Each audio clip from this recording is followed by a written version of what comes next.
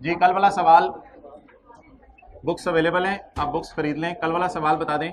Working one क्या की थी हमने?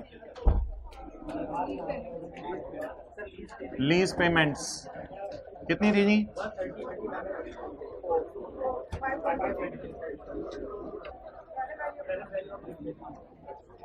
Present value of lease payments 412। ये प्रेजेंट वैल्यू टाइप चीज है, ये प्रिंसिपल होती है। और इसके बाद इंटरेस्ट, लीज पेमेंट और present value of lease payment का डिफरेंस लेंगे। कितना आया? 108। Present value of lease payments. कल आप इंतजार करते रहे थे या उन्होंने बता दिया था एमसीक्यू खत्म हो गए जाएं? क्या हुआ था? क्या? अच्छा, और बैलेंस। अच्छा जी, हम स्टार्ट करेंगे बैलेंस से, यानी प्रिंसिपल अमाउंट पेएबल से। स्टार्ट करेंगे बैलेंस से, यानी प्रिंसिपल अमाउंट पेएबल से। यकम जनवरी 10 जी, बैलेंस 412। इस 412 के ऊपर जो है वो हम इंटरेस्ट कैलकुलेट करेंगे 31/12/10 पे खड़े होके 41। किस्त कितनी पे कर रहे थे? 130 माइनस 41 89। एक मिनट, 412 का उधार था, उसमें से 89 प्रिंसिपल के मद में पे हो गया, बकाया 323। छुट्टी अच्छी गुजरी थी? 323 छुट्टी अच्छी गुजरी, सफर में गुजरी। अच्छा, 130 इज इंस्टॉलमेंट। और अगर किसी को मैसेज करो ये एसी के विंग जरा नीचे कर दें, और वो बोला एसी भी चल नहीं रहा। अच्छा, 130 327 इंटू 10% 98 225 31 12 12 225 इंटू 10% 118। और 31 12 13 पे कितनी किस्त पे की? 12 118 0। ओके, अच्छा जी, बैलेंस शीट बनाना जरा मैं पहले रिवाइज करवाना चाहता हूं। कल जो बैलेंस शीट में हमने करंट और नॉन करंट की बाइफर्केशन की थी उसको जरा रिवाइज कर लें। अगर मैं आपसे कहूं कि मैं बैलेंस शीट बनाना चाहता हूं 31/12/10 की, तो 31/12/10 की रात को 11:55 पे खड़े होके जब मैं बैलेंस शीट बनाऊंगा, तो 11:55 PM पे रात को खड़े होके जब मैं बैलेंस शीट बना रहा हूंगा, तो शाम 5 PM पर पेमेंट रेंटल की हो गई होगी। तो इसलिए बैलेंस शीट बनाने का ये रूल है कि हमारे साल की पेमेंट के नीचे लाइन लगा दो, क्योंकि हमारे साल की पेमेंट तो पे हो गई है और मुझे पेमेंट नहीं चाहिए, मुझे तो पेएबल चाहिए। बैलेंस शीट में पेमेंट जाती है या पेएबल जाता है? पेएबल जाता है। अच्छा, अब वैसे जरा आपसे एक बात कर रहा हूं, कल मैंने ज्यादा तफसील से नहीं की थी। प्रिंसिपल का ओपनिंग पेएबल कितना था? इन चारों का टोटल आपको बताया मैंने कल 412 था। प्रिंसिपल का टोटल पेएबल कितना था? 412। 412 में से इस साल कितना पे हो गया? हमारे साल का क्लोजिंग पेएबल, हमारे साल के आखिरी दिन खड़े होके कितना पेएबल एग्जिस्ट कर रहा है? इस पेएबल ने, इसके विंग्स नीचे करो बस, ठीक है जी। अच्छा ठीक है, बस ठीक है, जल्दी जरा निकलें। इस पेएबल ने जितना एक साल के अंदर पे हो जाना है उसे कहते हैं करंट, और जितना एक साल के बाद पे हो जाना है उसे कहते हैं नॉन करंट। तो आप बता दें, ये वाली जो अमाउंट है इसको मैं कहूंगा, मैं 31/12/10 की रात में खड़ा हूं, तो 31/12, डरना नहीं, रात को खड़े हैं, 31/12/10 की रात पे मैं खड़ा हूं, तो जो 11 में पे करना है वो करंट है, और जो 12 13 14 15 16 में पे करना है वो नॉन करंट है। तो बैलेंस शीट बनाते हुए इसको हमने करंट पोर्शन में शो कर दिया था, 31/12/10 की बैलेंस शीट बनाते हुए इसको हमने करंट पोर्शन में शो कर दिया था और इसको नॉन करंट में शो कर दिया था। क्लियर? अच्छा, अब अगला सवाल है मेरा आपसे, बड़ा इंपॉर्टेंट, वो ये है कि इस डेटे को हम सामने रखेंगे और इस डेटे को सामने रख के अपने आप से सवाल पूछेंगे कि बैलेंस शीट में हम इंटरेस्ट पेएबल क्यों नहीं शो कर रहे थे? इन्होंने जाते हुए सवाल पूछा था बैलेंस शीट में इंटरेस्ट पेएबल क्यों नहीं शो कर रहे थे? मोहतरम एक बात सुनिएगा, कुछ चीजें होती हैं, कुछ चीजों की लायबिलिटी आप पे बनती है चीज आते ही, और कुछ चीजों की लायबिलिटी बनती है चीज इस्तेमाल करने से। मैं एक आपको मिसाल देता हूं, आपने अब्बू के पैसों से मोटरसाइकिल लिया, लेकिन अब्बू ने अजीब सी बात की, करनी नहीं चाहिए थी, कर दी, चले खैर है। अब्बू ने कहा बेटा पैसे तूने देने हैं मुझे, इसके मजदूरी कर, जो मर्जी कर, पार्ट टाइम ट्यूशन पढ़ा, जो मर्जी कर, पैसे तूने देने हैं मुझे। अब आपने बाइक खरीद ली, बाइक खरीद के चलाने लग गए। अब आप अपने कंधों पे पूरे बाइक के पैसे देने के लायबल फील करेंगे, क्यों? पूरे बाइक के पैसे देने के लायबल फील करेंगे कि यार बाइक के पैसे मैंने वाले सबको देने हैं, जो भी है बाइक के पैसे देने के लायबल फील करेंगे। बट आप उसका पेट्रोल के लिए लायबल फील नहीं करेंगे अगले 2 साल 3 साल 4 साल के लिए, जब तक के साल गुजरना जाए और आप पेट्रोल डलवा ना लें। और पेट्रोल डलवा लिया, पैसे नहीं दिए, फिर आप किसके लिए लायबल फील करेंगे? तो अब जरा बात गौर से सुनिएगा, जब मशीन आती है ना, तो मशीन आते ही हम 520 की लायबिलिटी बुक नहीं करते, हम मशीन आते ही लायबिलिटी बुक करते हैं। कल की थी right of use debit, lease liability credit, PV से एंट्री बुक की थी या टोटल 520 से, प्रेजेंट वैल्यू से? तो मशीन आते ही हम 412 के लिए लायबल फील कर रहे हैं। पहले साल के एंड पे जितना पेट्रोल डलवाया, मिसाल के तौर पे पहले साल के एंड पे 1 साल उधार इस्तेमाल किया तो 41 का इंटरेस्ट बना। ये पहले साल का पेट्रोल टाइप चीज है। 41 का इंटरेस्ट बना और पे भी कर दिया। तो किस चीज की लायबिलिटी? किस चीज की लायबिलिटी? अब ये ना कहिएगा मैं अगले साल भी बाइक चलाऊंगा और पेट्रोल डलवाऊंगा, उसके लिए भी सारे सालों की लायबिलिटी आज बुक कर लें। ऐसा नहीं होता। कुछ चीजों की लायबिलिटी फौरन बुक होती है, समझे बात को? बाइक उधार पे खरीदी, पूरी लायबिलिटी आप बुक करेंगे, लेकिन पेट्रोल की लायबिलिटी क्यों नहीं बुक करेंगे? बिजली के बिलों की लायबिलिटी क्यों नहीं बुक करेंगे? क्योंकि जब जब ये होंगी तब तक। तो इंटरेस्ट का ताल्लुक ना किसी एक खास इवेंट से नहीं है, इंटरेस्ट का ताल्लुक है वक्त के गुजरने से। तो मैंने माना कि साल के इंटरेस्ट के लिए आप लायबल फील करें 31/12/10 को, लेकिन मैंने बैलेंस शीट में इसलिए शो नहीं किया था कि 31/12/10 की रात को शाम 5 बजे ये पे भी हो गया था। तो इसलिए जो पे हो जाए वो पेएबल में नहीं जाता। जैसे अगर दिसंबर का बिजली का बिल, पाकिस्तान बहुत तरक्की कर जाए, 31 दिसंबर का बिजली का बिल 31 दिसंबर को ही आ जाए, 31 दिसंबर को ही पे कर दें, तो दिसंबर का बिजली का बिल पेएबल भी बैलेंस शीट में नजर नहीं आएगा। तो ये कोई ऐसी चीज है जो बन रही थी हमारे साल की, लेकिन साथ ही पे भी होगी। ओके, अब जी 31/12/10 की बैलेंस शीट मैंने आपको रिवाइज करवा दी। हमने क्या क्या कर लिया था इस डेटे के बुनियाद पे? हमने 2 काम कर लिए थे। नंबर 1 हमने जर्नल एंट्रीज कर ली थी, नंबर 2 हमने जो है वो क्या बना लिया था, प्रॉफिट एंड लॉस भी बना लिया था, और नंबर 2 बैलेंस शीट भी बना ली थी। आज हम इस डेटे की बुनियाद के ऊपर आगे चलने लगे हैं और इस डेटे की बुनियाद पे note to the financial statements बनाने लगे हैं।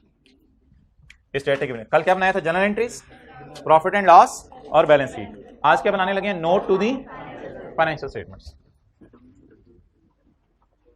अच्छा भाई, इसको नोट्स भी कहते हैं, डिस्क्लोजर्स भी कहते हैं। आप 2 नोट बनाएंगे, 2। एक आप राइट ऑफ यूज का नोट बनाएंगे, एक आप लीज का नोट बनाएंगे। अभी मैं बनाता हूं तो फिर आपको बात समझ आएगी। ये 2 नोट आप बनाएंगे, राइट ऑफ यूज का और लीज का। यार एक बात याद रखिएगा, नोट का ना जर्नल एंट्री से ताल्लुक नहीं होता। नोट का कोई जर्नल एंट्री से ताल्लुक नहीं होता कि जर्नल एंट्री से होके आएंगी चीजें। नोट्स कई दफा डिस्क्रिप्टिव इंफॉर्मेशन भी दे रहे होते हैं, कई दफा ऐसी इंफॉर्मेशन भी दे रहे होते हैं जो जर्नल एंट्री से, ट्रायल से, मीएंडल से ड्राइव नहीं हो रही होती। तो अल्लाह का शुक्र है हमारे पास जर्नल एंट्रीज नहीं है, लेकिन फिर भी हम नोट बना लेंगे। कल वाली जर्नल एंट्रीज व्हाइट बोर्ड पे मैंने नहीं लिखी है, फिर भी हम नोट बना लेंगे। अच्छा जी, ऑर्गेनाइजेशन का नाम लिखा हुआ कोई? ये सवाल बुक में है ना, अब तो मैं बुक खोल लेता हूं। बुक का page number 521, Mushtaba textile limited. Mushtaba textile limited, note to the financial statements for year. अच्छा, नोट्स के साथ ना फॉर ईयर एंडेड लगता है, एज ऑन नहीं लगता। फॉर ईयर एंडेड में सिर्फ 1 साल का भी नोट बनाने लगा हूं। 31 दिसंबर 2010। अच्छा, एक नोट तो बनेगा राइट ऑफ यूज जैसा। राइट ऑफ यूज का, राइट ऑफ यूज का नोट क्या बनेगा जी? मिसाल के तौर पे मैं कहता हूं नोट नंबर 10 इसका नंबर है। आपने देखा था फाइनेंशियल स्टेटमेंट्स में जो बैलेंस शीट में दिखाता था, सारे नोट्स के सामने नंबर लिखे होते थे। तो नोट नंबर 10 इसका मिसाल के तौर पे नंबर है और इसका नाम है राइट ऑफ। ओ भाईजान धमाका, कुछ भी नहीं है। ये IAS 38 में जो नोट नहीं बनाया हुआ, ग्रॉस कैरिंग अमाउंट और अकमुलेटेड अमोर्टाइजेशन वाला, ये वो वाला नोट है। वो वाला नोट बनाने बस खत्म। आप बता दें 31/12/10 को ग्रॉस कैरिंग अमाउंट। क्या ये एसेट लीज में हमने इस साल लिया या पिछले साल भी था हमारे पास? इस साल लिया। आपको पता है यकम जनवरी 10 की सुबह 3-4 बजे तहज्जुद के टाइम पे ये एसेट हमारे पास नहीं था। हमने तो फजर के बाद का भी वेट किया, इशराक की नमाज भी गुजर गई, चाश्त की नमाज का टाइम आया, 9-10 बजे हमने जाके बैंक से जाके जो है वो ये एसेट उस वक्त लीज पे लिया। तो इसका मतलब है 31/12/10 का ओपनिंग का मतलब है यकम जनवरी 10 की सुबह। तो यकम जनवरी 10 की सुबह ये एसेट हमारे पास नहीं था। क्या इस साल हमने लिया एसेट? पहली एंट्री देखें, जनरल एंट्री जो कल की थी, राइट ऑफ यूज डेबिट, यानी कि what is the cost of right of use. Asset को प्रिंसिपल अमाउंट पे बुक करते हैं या एसेट को इंटरेस्ट डाल के बुक करते हैं? प्रिंसिपल अमाउंट पे बुक करते हैं। ठीक है जी। यार कहीं ना ये ना कीजिएगा कि इंटरेस्ट को भी एसेट की कॉस्ट में डाला हो। IAS 23 किसी के दिमाग पे अगर चढ़ा हुआ है ना, तो IAS 23 कहता था एसेट को क्वालिफाइंग एसेट, एसेट काबिल इस्तेमाल हालत में लाते लाते अरसा लग गया। ये गाड़ी मिलते ही काबिल इस्तेमाल हालत में होती है, ये मशीन मिलते ही काबिल इस्तेमाल हालत में होती है। IAS 23 को इससे मिक्स नहीं करना। एसेट किस पे रिकॉर्ड किया था? पीवी पे किया था या टोटल एलपी पे किया था? पीवी पे किया था रिकॉर्ड। तो कल वाली पहली एंट्री देखें, ROU कितने से डेबिट मारा हुआ है? 400। वो वाला 412 जो है वो इधर डालें, ये 412 हो गया। आप बता दें हमारे पास क्लोजिंग में भी यही वाला पड़ा हुआ है, तो 412। अच्छा आगे चलें, अकम्युलेटेड डेप्रिसिएशन। अकम्युलेटेड डेप्रिसिएशन ओपनिंग, अगर ओपनिंग कॉस्ट नहीं तो ओपनिंग अकम्युलेटेड डेप्रिसिएशन भी नहीं। अच्छा जी, डेप्रिसिएशन फॉर द ईयर, किसी को याद हो पहले साल की डेप्रिसिएशन कितनी निकाली थी? 103। और यही मेरी क्लोजिंग अकम्युलेटेड जी 103। और ये वो बीवी है जिस पे बैलेंस शीट में एसेट को शो किया था। देख लें पहले साल के एंड पे बैलेंस शीट में 309 पे नजर आ रहे हैं।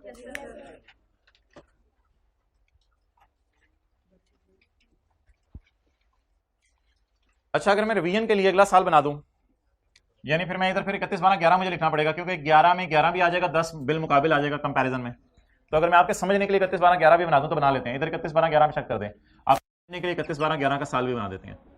बताएं जी। ना ओपनिंग जीरो कैसे यार? पिछले साल का क्लोजिंग अगले साल का ओपनिंग बनेगा। अगले साल नए एसेट लिए लीज पे, अगले साल नए एसेट नहीं लिए। जवाब 412। पिछले साल का क्लोजिंग अगले साल का ओपनिंग बनेगा, अगले साल की अपनी भी डेप्रिसिएशन होगी। जवाब 206। तो ये किसका नोट है? राइट ऑफ यूज का, ये राइट ऑफ यूज का नोट।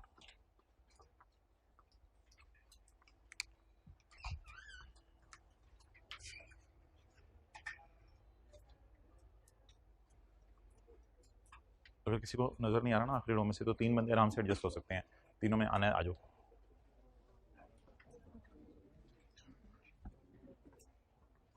ओके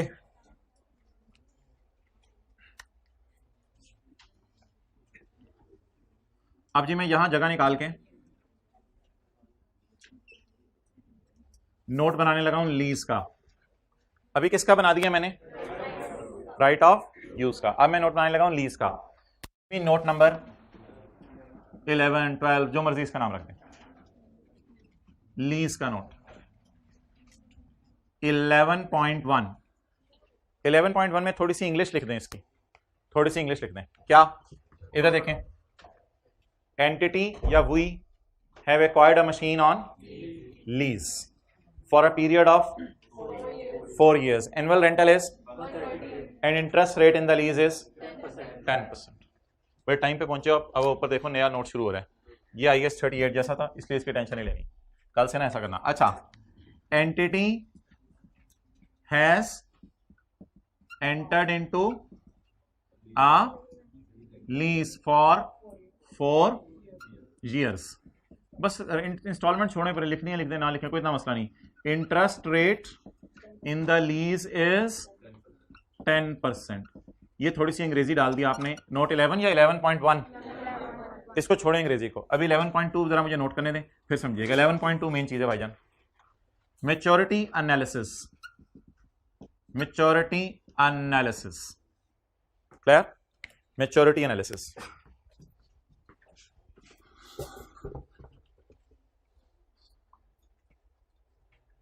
बैग आ गया, इसमें देखो पेन पड़ा होगा। दूसरी क्लास में कोई टीए बैठे, हाथ खड़ा करें। यार अब्दुल्ला वो पेन नहीं आपने ला के दिया, शायद उधर उसके ऊपर पड़ा था, सोफे के ऊपर। अच्छा मुझे ये बताएं कि आप हजरात कहते हैं कि जी मैंने शुरू किया है सीए,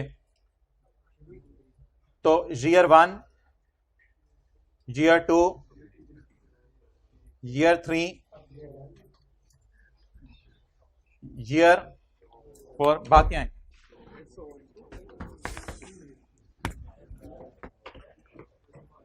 ईयर 3, ईयर 4।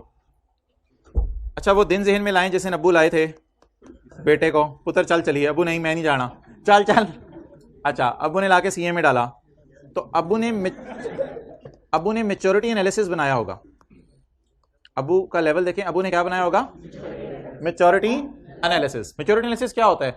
अबू ने आके एडमिशन ऑफिस में पूछा होगा, उन्होंने कहा होगा जी पहले साल आपका खर्चा आएगा जनाब कुछ 3 सब्जेक्ट लगा लो, 20,000 एक सब्जेक्ट का लगा लो, तो 6 महीने में 3 सब्जेक्ट 60,000 ये हो गए, और फिर 1,20,000 आई आपका डाल डूल के जी 1,30,000 आपका खर्चा आएगा पहले साल में। ये अबू बना रहे होंगे मैच्योरिटी एनालिसिस, ठीक है, कि कैसे कैसे पैसे मैंने खर्च करने हैं, इन्वेस्ट करनी है अपने बच्चे के ऊपर, मेरा चांद मेरा तारा। अच्छा और फिर जो है वो आपके इंशाल्लाह 7-8 पेपर निकल जाएंगे पहले साल में। अच्छा फिर इंशाल्लाह फिर उसके बाद अबू को बताया होगा जी भाई ये दूसरे साल में भी आपका इतना ही खर्चा होना है, उसके बाद तो आर्टिकल शुरू हो जाने, फिर इसको मिलने शुरू हो जाने हैं। तो 1,30,000 1,30,000 यानी हर साल का मैच्योरिटी एनालिसिस, इसको आप बजटिंग भी कह सकते हैं। यानी जहन में रखना, इससे फायदा क्या होगा वालिद साहब को कि डिसीजन लेने में आसान होगा, बच्चे को डालना नहीं डालना अलग बात है। इससे फायदा ये होगा वालिद साहब को कि वालिद साहब को कैश की प्लानिंग करनी आसान हो जाएगी, कैश की प्लानिंग करनी आसान हो जाएगी, ठीक है, कि ईयर वाइज आपका कितना खर्चा होना है अगर ये शुरू में पता चल जाए तो पैसों को अरेंज करना क्या हो जाता है, आसान हो जाता है। इस तरह का एक डिस्क्लोजर हमने बनाया करना है। मुझे बता दें अभी मैं क्या बात कर रहा था, आपके वालिद साहब को पैसे कितने अरेंज करने हैं, 100% वही बात मैं करने लगा हूं। अब हम लीज का डिस्क्लोजर बनाने लगे हैं। ये मैं आपको सिर्फ बना के दे रहा हूं फिलहाल 31/12/10 का, एक साल का। किस साल का जी? 31/12/10 को खड़े होकर लेसी ये सोचे कि बकाया किस्तें कब कब देनी है, बकाया फीस कब कब देनी है, जैसे अबू सोचेंगे तो लेसी खड़े होकर सोचे बकाया किस्तें कब कब देनी है, इसके लिए जो किस्त दे दी है उसको नहीं देखा करेंगे। जैसे बैलेंस शीट बनाते हुए बात की थी, इसके लिए जो किस्त दे दी है उसको नहीं देखा करेंगे, जो देनी है उसको देखा करेंगे। अगर मैं 31/12/10 की रात को खड़ा हूं, रात 11:55 पे, और गलियों में कुत्ते भौंक रहे हैं, तो ऐसे वक्त जो है मुझे बताएं, क्या शाम को 5 बजे जब कुत्ते सैर कर रहे थे गलियों में और भौंक नहीं रहे थे, क्या शाम को 5 बजे उस वक्त तो मैं ये लाइबिलिटी पे कर आया था ना, ये पहली वाली ही, तो क्या 31/12/10 को ये वाला पे हो गया? तो अगर मैं इसके नीचे लाइन लगाऊं तो नीचे वाला पेएबल होगा। अच्छा अब मैंने सिर्फ मैच्योरिटी एनालिसिस में ना देखा करने मेरी जेब से पैसे कितने जाने हैं। इस मैच्योरिटी एनालिसिस का मकसद है कि मुझे पता चले मैं पैसे कितने घर में रखूं ताकि मेरे लिए वक्त आने पे आसानी हो। तो इसलिए इसको प्रिंसिपल, इंटरेस्ट, बैलेंस, इसको लेफ्ट ना कराएं, सिर्फ हमने क्या देखना है, खर्चा कितना होना है फ्यूचर में। तो मैच्योरिटी एनालिसिस में आप सिर्फ ये 2 चीजों को जहन में रखा करेंगे। आप बता दें 31/12/10 की रात को खड़े होके विद इन 1 ईयर कितने पैसे देने हैं, 130।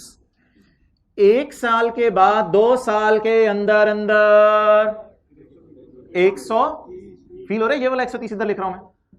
अच्छा 2 साल के बाद 3 साल के अंदर अंदर 130, 3 साल के बाद 4 साल के अंदर अंदर, 4 साल के बाद 5 साल के अंदर अंदर, मोर देन 5 ईयर्स वाले सारे इकट्ठे डाल दिया करेंगे। इधर मोर देन 5 ईयर्स वाले सारे, बिल फर्ज आपके समझने के लिए अगर मैं इधर 0 लिख दूं ताकि आपको एक कॉन्सेप्ट क्लियर हो जाए, तो जरा आप महसूस कीजिएगा मैं आपको क्या महसूस कराना चाह रहा हूं। अच्छा देखें इधर, ये वाला 130 इधर आ गया, हमारा 10 का साल है ना, तो 1 साल के अंदर अंदर कौन सा साल होगा, 11, तो 10 का साल है, 1 साल के बाद 2 साल के अंदर अंदर 12, ये वाला 130 इधर आ गया। इधर ना ईयर वाइज बनाना है, बैलेंस शीट में ईयर वाइज नहीं बनाना होता, बैलेंस शीट में बस देखना होता है 1 साल के अंदर अंदर कितने और बाकी सारे को जमा कर देना होता है, लेकिन इधर ईयर वाइज ब्रेकअप बनाने ताकि अबू को पता चले कितना कैश मैंने रखना है, किस किस साल के लिए कितना कितना कैश मुझे बढ़ाना चाहिए, कमेटियां डालनी पड़ेंगी। अच्छा तो अब बता दें जी 31/12/10 की रात को खड़े हैं, ये तो पे हो गया है, मैंने पेबल सोचने हैं सिर्फ। तो लेस देन 1 ईयर किस साल वाला उठाया मैंने? 2011 वाला। अब 2000, ये आपके समझने के लिए लिख रहा हूं, ये पेपर में नहीं लिखना। अब 2012 वाला उठाएं 130, ये वाला उठा लिया। अब 2013 वाला 130 उठाएं, ये लिख लिया। इधर उठाएं 3 साल के बाद, 4 साल के अंदर अंदर 3 साल के बाद कितना? 0, 2014 वाला। और 2015 वाले को क्या कहेंगे? 4 साल के बाद 5 साल के अंदर अंदर कितना? और उसके बाद 2016, 17, 18, पता नहीं, हो सकते 25 साल की लीज हो, उन सबको उठा के मोर देन 5 इयर्स में डाल देंगे। बाकी पैसों की टेंशन ना लें, वो वक्त आने पे देखे जाएंगे। बाकी पैसों का ईयर वाइज ब्रेकअप देते रहेंगे, तो यही करते रहेंगे, शीटें लेते रहेंगे। तो फॉर्मेट क्या बना दे बता दें इसका? Less than 1 to 2 to 3 to 4 to 5 years. और फिर उसके बाद अगले अगर कोई बहुत ही लंबी लीज में आपने हाथ डाल दिया है तो फिर मोर देन 5 इयर्स। लेकिन इंशाल्लाह आपके तो 5 इयर्स के अंदर अंदर हो जाएगा। तो अगर बहुत ही लंबी लीज में हाथ डाल दिया तो more than 5 years, more than 5 years. Clear? तो ये है, अगर आप साल पहली दफा नोट कर लें, लेकिन पेपर में नोट नहीं किया करना है। पेपर में मैं 10 में खड़ा हूं तो 1 साल के अंदर अंदर कौन सा साल आएगा? 11 एंड सो ऑन। लेकिन ये मैं मिटा रहा हूं। अच्छा जी, इसका टोटल करा दें 300। लेकिन यार पेपर में कहां तक बनाने हैं? यहां ना, पेपर में अगर ज्यादा डेटा नहीं है तो वो यहां बना के ब्रेक लगा दें, कोई मसला नहीं। पेपर में यहां तक बनाना है। लेकिन आने वाले दिनों के लिए अगर कभी ज्यादा बनाना पड़ा तो फिर फॉर्मेट ये वाला होगा।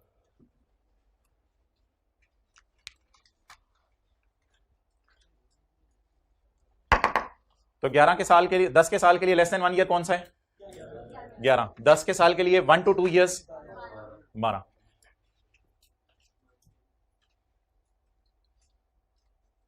अच्छा, पहले ना एक यहां बड़ा लंबा फिक्रा लिखता था, उसने आसान कर दिया। पहले लिखता था more than 1 year but less than 2 years, लेकिन आजकल वो 1 to 2 ही लिख के चला रहा है। मोर देन, उससे बात भी ज्यादा समझ आती है। More than but less than 3 years.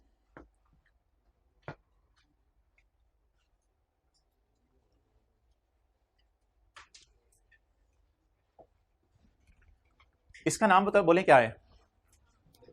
Maturity analysis. बल्कि इसके साथ थोड़ा सा डैश डाल के लिख लें, कॉन्ट्रैक्चुअल कैश फ्लोज लिखें। Contractual cash flows. Contractual cash flows क्या मतलब? कॉन्ट्रैक्ट में लिखी हुई कैश फ्लोज। कैश तो 130 जाना है ना, तो मैच्योरिटी के आगे डैश डाल के लिख लें कॉन्ट्रैक्चुअल कैश फ्लोज।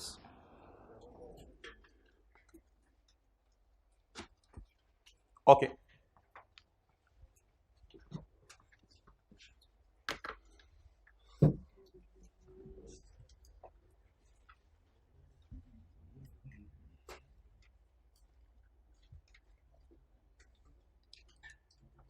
अच्छा जी, कल आपसे क्या बात हुई थी? इधर आओ, कैमरा ले आओ इधर। बैलेंस शीट में क्या नजर आ रहा होगा? Right of use. Balance sheet में क्या नजर आ रहा होगा? इसका नोट नंबर कौन सा है? 19 और अमाउंट कितनी है? 62592। ओके। इसके बाद बैलेंस शीट में और क्या नजर आ रहा होगा? लीज। इसका नोट नंबर कौन सा है? 8 है 9 है? 8 है। इधर नजर मारे जाके इसके भी नोट पे। लीज लायबिलिटीज का कौन सा नोट रखा है इसने? 8। और राइट ऑफ यूज का 19। हम अभी कहां हैं? Balance sheet, statement of financial position. और जाने कहां लगे हैं? एक्सेलेंट, नोट में। P&L पे तो रुकने की जरूरत नहीं है? नहीं। स्टेटमेंट ऑफ चेन इक्विटी पे तो रुकने की जरूरत नहीं है? नहीं। स्टेटमेंट चेन इक्विटी पे रुकने की जरूरत नहीं है। कहां पे रुकने जाके हमने? Cash flow? नहीं, कैश फ्लो भी नहीं। हमने कहां रुकना है? Notes to the financial statements, जिनके साथ क्या लिखा होता है? For the year. और नोट नंबर आपने मुझे कौन सा बताया है? Note number 8। अच्छा जी, इन्ना लिल्लाहि व इन्ना इलैहि राजिऊन। अच्छा, तो नोट नंबर 8 जो है वो हमने ढूंढना है। अल्लाह भला करे इंटरनेट का। नोट नंबर 8 ढूंढना है। कौन से? आपका वाला नहीं आ रहा मोबाइल इधर हॉटस्पॉट में? आ रहे? शेयर करोगे? कितने पैसे लोगे?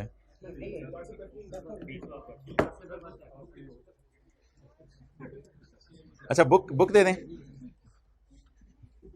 चलें, इसको भी ये लोड होने में टाइम लेगा, तो इधर से भी मैं आपको नोट दिखा देता हूं। अब जी हम ऐसा करते हैं कि किस तरह का सवाल जो है वो और करते हैं। पहले जरा सवाल में स्टेप वाइज तरतीब बता दें। सवाल में हमें दिए होते हैं रेंटल, ठीक है जी, किस्तें कितनी देनी है। किस्तों को हम पकड़ लेते हैं और साल से मल्टीप्लाई कर देते हैं। साल से मल्टीप्लाई करने के बाद टोटल किस्तें पता चल जाती हैं, टोटल अमाउंट। फिर बाद में उनकी क्या कैलकुलेट करते हैं, प्रेजेंट वैल्यू। पहली एंट्री एसेट की किससे करते हैं, राइट ऑफ यूज डेबिट वाली प्रेजेंट वैल्यू से या फुल से, प्रेजेंट वैल्यू से करते हैं। ओके, आप ऐसा करें, आप इस तरह का एक सवाल करें 5 मिनट लगा के, फिर हम अगले सवाल की तरफ मूव करते हैं। किताब में आ जाएं आप, किताब का पेज नंबर 522। ऐसे जरा 4-5 मिनट ना जाया करते हैं और एक ऐसा सवाल और कर लेते हैं।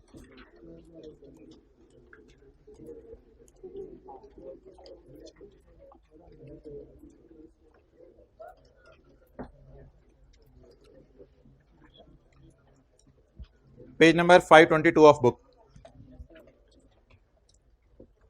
ऑनलाइन में मैंने लीज के पूरे चैप्टर के नोट्स अटैच कर दूंगा, फिलहाल जो है वो इधर अटेंटिव रहें।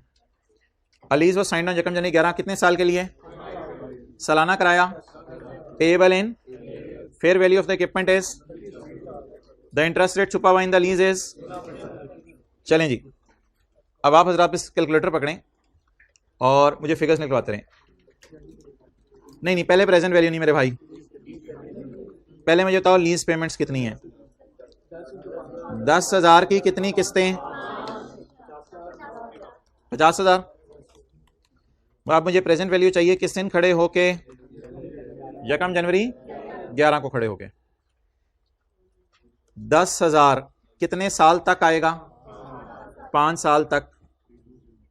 1 - 1.16 5 साल तक आएगा, तो कितने नंबर ऑफ 10,000 होंगे, 5 नंबर ऑफ 10,000 होंगे। तो रेज़ टू पावर -5 मैंने बताया था नंबर ऑफ पेमेंट्स लिया करेंगे, डिवाइडेड बाय 0.16।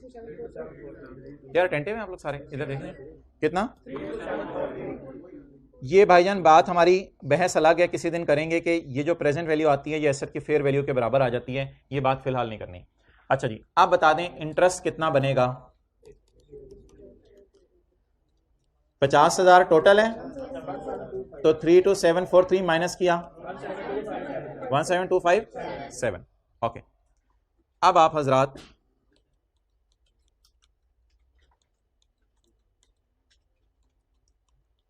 मुझे बता दें अमोर्टाइजेशन शेड्यूल कहां से बनेगा, यकम जनवरी 11, और पहली किस्त 31/12/11, दूसरी, तीसरी, चौथी, पांचवी, क्लियर।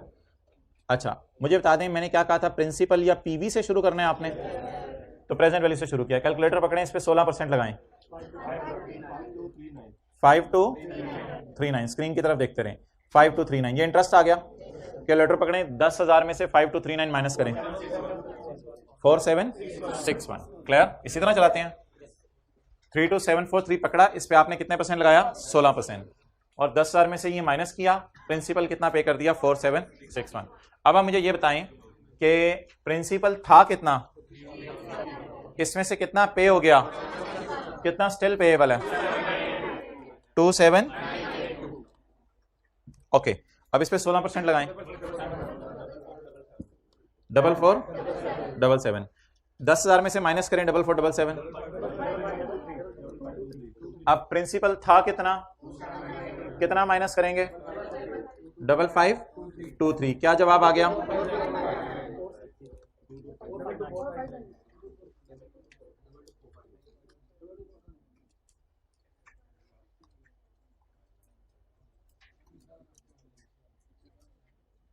नेक्स्ट।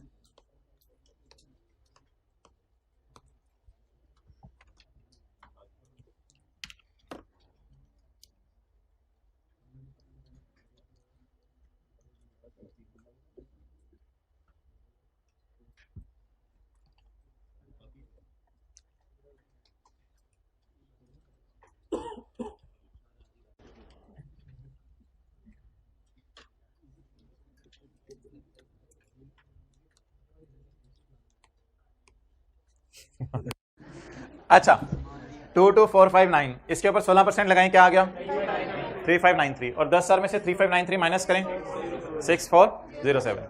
अब पकड़ें 22459 और माइनस करें 6407,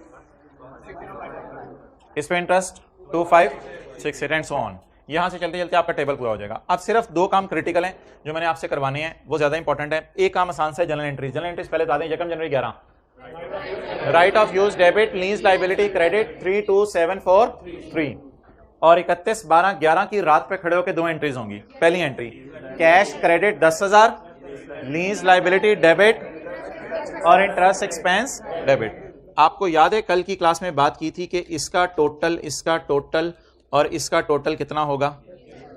इसका टोटल होगा 50,000, इसका टोटल होगा 32 और इसका 17,257, ये इसका टोटल होगा। अच्छा, तो एंट्रीज बता दें क्या बनी? Cash credit, lease liability debit और interest expense debit. Closing balance की कोई एंट्री नहीं होती। एक एंट्री और होगी, वो होगी depreciation debit, accumulated depreciation credit. वो होगी 32743 की कॉस्ट को पकड़ के डिवाइडेड बाय 5 इयर्स, क्लियर?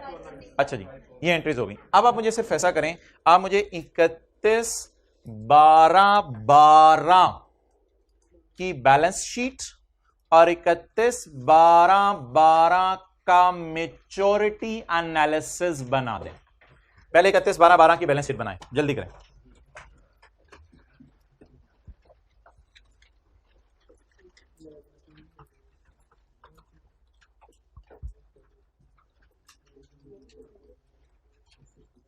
एक लाइन लगानी पड़ेगी और लाइन के फिर नीचे वाली चीजें उठाएंगे।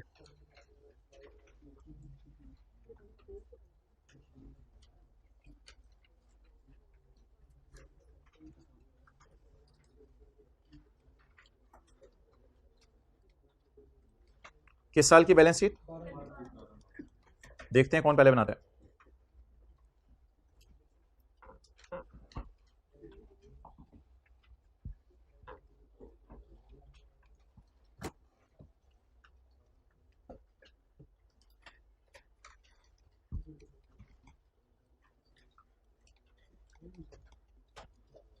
जी, कितने सालों की डिप्शन माइनस करनी पड़ेगी? 2011 और 12, 2 सालों की। एक साल की डिप्शन बताएं कितनी आ रही है? Divided by 5 years, 6549। एसेट किस दिन लीज पे ली है? कितने साल डेप्रिशिएट हो गया होगा? कौन कौन सा? 2011 और 12, तो 2 साल डेप्रिशिएट हो गया होगा। तो कॉस्ट पकड़े कितनी है? 32, इसमें से एक साल की डिप्शन माइनस करें, 6549 मल्टीप्लाइड बाय 2 भी कर सकते हैं, या -6549। क्या जवाब आ रहा है? 19, तो 19645। सारे ऊपर देखें, मेरे पास जगह नहीं है, मैं लीज लाइबिलिटी बैलेंस शीट की यहां शो करने लगाऊं, ROU के नीचे नहीं, यहां शो करने लगाऊं। जगह है मेरे पास इधर। अब मैं क्या बनाने लगाऊं जी? नॉन करंट लाइबिलिटीज और करंट। नहीं, मैच्योरिटी एनालिसिस बाद में मेरे भाई, अभी मुझे बैलेंस शीट में कमल कर लेने दो। लीज ऑब्लिगेशन क्या लिखें जी यहां? और यहां current portion of lease obligation. अच्छा, मुझे बताएं लाइबिलिटी क्या होती है जो पे कर दी या पे करनी है? पे करनी है। अच्छा, मुझे एक चीज बताएं कि चलो भी रहने दो। अच्छा, मुझे एक चीज बताएं कि मैं 31/12/10 की रात को खड़ा हूं, कितने बजे खड़ा हूं? 31/12/12 की रात खड़ा हूं। कितने बजे खड़ा हूं? 31/12/12 की रात को 11:55 पे खड़ा हूं। 5 मिनट बाद साल एंड होने वाला है। तो अगर मैं 11:55 पे खड़ा हूं तो क्या मैं 31/12/10 को रात को खड़ा हूं तो शाम 5 बजे मैं बैंक को किस्त पे कराया हूंगा? कौन सी वाली किस्त? ये वाली किस्त पे कराया हूंगा। तो जब आप हमारे साल की पेमेंट के नीचे लाइन लगाएंगे तो नीचे पेबल पड़े होंगे। तो बोले बैलेंस शीट बनाने के लिए हमारे साल की पेमेंट के नीचे लाइन लगाया करेंगे। ऑब्वियसली जब हमारे साल की पेमेंट के नीचे लाइन लगा देंगे तो नीचे क्या पड़े होंगे? नीचे क्या पड़े होंगे? बोले पेबल्स पड़े होंगे। तो अब आप मुझे ये बता दें मैं किस साल में खड़ा हूं? 12 में। तो 12 के लिए ये साल करंट और ये नॉन करंट। क्लियर? और मुझे ये बताएं कि अगर मैं उर्दू में आपसे बोलूं हमारे साल के बाद 1 साल के अंदर अंदर कौन सा पे हो जाना है 64 और 1 साल के बाद, अब 2 साल के अंदर अंदर नहीं बोलना, वो तो मैच्योरिटी एनालिसिस में बोलना है, बस 1 साल के बाद कितना पे होने ये। और वैसे ना ये करंट में चला जाएगा, ये नॉन करंट में चला जाएगा, लेकिन ये ग्रीन वाला एक शॉर्टकट भी यहां अवेलेबल होता है, इसको भी आप यूज कर सकते हैं। तो ग्रीन वाला उन दोनों को जमा भी कर सकते हैं, इसको भी यूज कर सकते हैं, सब टू यू। बता दें जी आप 1 साल के अंदर अंदर कितना पे करना है 6407 और 1 साल के बाद ओके ओके ओके 6407 और इधर कितना आ जाएगा 16052। कितने लोगों ने इसी तरह बैलेंस शीट बनाई थी? एक्सेलेंट। हाइब्रिड में सेकंड रो में से बॉयज में से सिर्फ एक ने हाथ खड़ा किया, व्हाइट शर्ट और उनके साथ वालों ने हाथ नहीं खड़ा किया, लेकिन अब उन्होंने खड़ा कर दिया। आखिरी वाले भाई ने अभी तक हाथ खड़ा नहीं किया। ओके यार हाथ खड़ा कर दो अगर बना ली थी तो।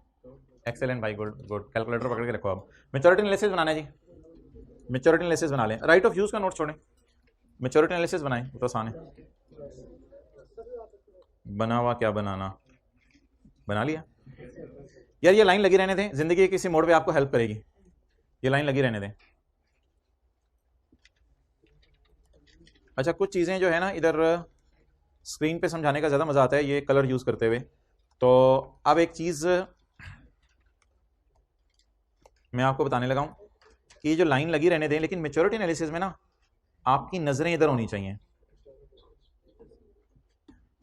जैसे अम्मी कहती है ना कि खाना खाते हो अपनी प्लेट पे नजर रखो, तो ये उस किस्म की बात है। कुछ लोगों की आदत होती है होटल में जाके खाना खाते हैं और देख रहे होते हैं साथ वाले ने क्या ऑर्डर किया है और खा बना खाना रहे होते हैं, देख उधर रहे होते हैं। तो ये वाला काम नहीं करना आपने। मैच्योरिटी एनालिसिस बनाते हुए अपनी प्लेट पे नजर रखनी है। तो प्लेट आपके सामने मैंने रख दी और प्लेट सर्कल के अंदर है। तो मैच्योरिटी एनालिसिस बनाते हुए क्या पूरा टेबल देखना है या मैच्योरिटी एनालिसिस बनाते हुए मैंने पैसों को मैनेज करना है? तो पैसे तो पूरी किस्त बनेंगे ना इंस्टॉलमेंट वाले। तो अब मुझे बता दें अगर मैंने पैसे मैनेज करने हैं, कौन से पैसे मैनेज करूं माय डियर? वो जो दे दिए या वो जो देने हैं? जो देने हैं वो मैनेज करें। मैट्रिक के पैसे आप तो नहीं मैनेज करेंगे। अबू अबू मुझे मैट्रिक की फीस, ओ बेटा वो तो हो चुकी है मैट्रिक तेरी। ओ अबू अच्छा जी, कंपनी का नाम company X, note to the for year ended 31/12/12 को खड़े होके 12 की पेमेंट 31/12/12 की रात को 11:55। ये नहीं देखना मेरी तरफ ब्लू शर्ट। 31/12/12 को खड़े होके 11:55 के ऊपर आप क्या सोच रहे होंगे कि 31/12/12 की किस्त देनी है या लाइन के नीचे वाली किस्तें देनी है? लाइन के नीचे वाली किस्तें देनी है। तो बता दें जी इसकी हेडिंग क्या डालें जी? ना नोट की maybe note number 7 lease. इसमें 7.1 अंग्रेजी आएगी। The lease is for a period of 5 year यार। 7.2 maturity analysis, contractual undiscounted cash flows, contractual undiscounted cash flows. Done जी मैच्योरिटी एनालिसिस। अब जी मुझे बताएं less than 1 year. I am standing on 31/12/12, ये सोच के बात करनी है। I am standing on 31/12/12। तो 1 साल के अंदर अंदर कितना देने? 2013 वाला 1 साल के अंदर अंदर कितना? 10,000। 1 साल के बाद 2 साल के अंदर अंदर बेटा क्या हो गया? अम्मी नहीं, 2 साल के बाद 3 साल के अंदर अंदर भी आएगा अभी। तो ये हो गया 2 साल के, 1 साल के बाद और 2 साल के अंदर अंदर। और ये चलें आज शुरू करें, इसमें उंगली रखें। 1 साल के अंदर अंदर, उंगली इधर ही है अभी, इधर बोलें। 1 साल के बाद 2 साल के अंदर अंदर, ओके 2 to 3 years। आगे 3 to 4, 4 to 5 लेके रोब नहीं डालना पेपर में। अबू 30,000 और मैनेज करें अगले 3 सालों में। बेटा कैसे? अबू 1 साल के अंदर अंदर 10,000। अबू 1 साल के बाद 2 साल के अंदर अंदर 10,000। अबू 2 साल के बाद 3 साल के अंदर अंदर 10,000। बेटा और कोई नहीं लगवाएगा अटेम्प्ट? नहीं अबू इंशाल्लाह ये सारा अभी साथ साथ होता रहेगा, टेंशन नहीं लेनी आपने। दूसरी दफा किसी को खुदा ना खास्ता लगानी पड़ती है तो 500 रुपए के लेक्चर मिल रहे होते हैं।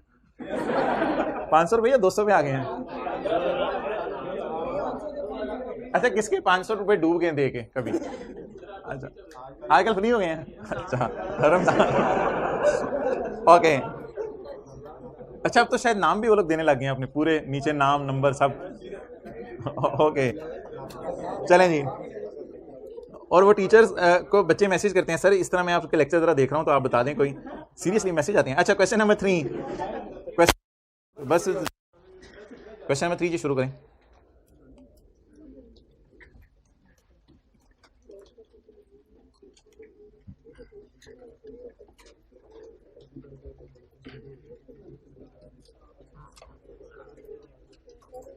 यार ये मैं काट रहा हूं, इसको इंशाल्लाह कल की क्लास में एक्सप्लेन करने मैंने, इसका सवाल पे इम्पैक्ट नहीं होगा,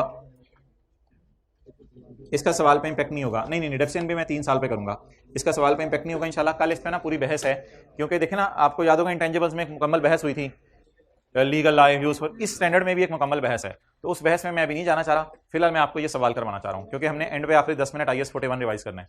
on 1 January 2012 BTL acquired a machine on lease from a bank. BTL कौन होगा? लेसी होगा।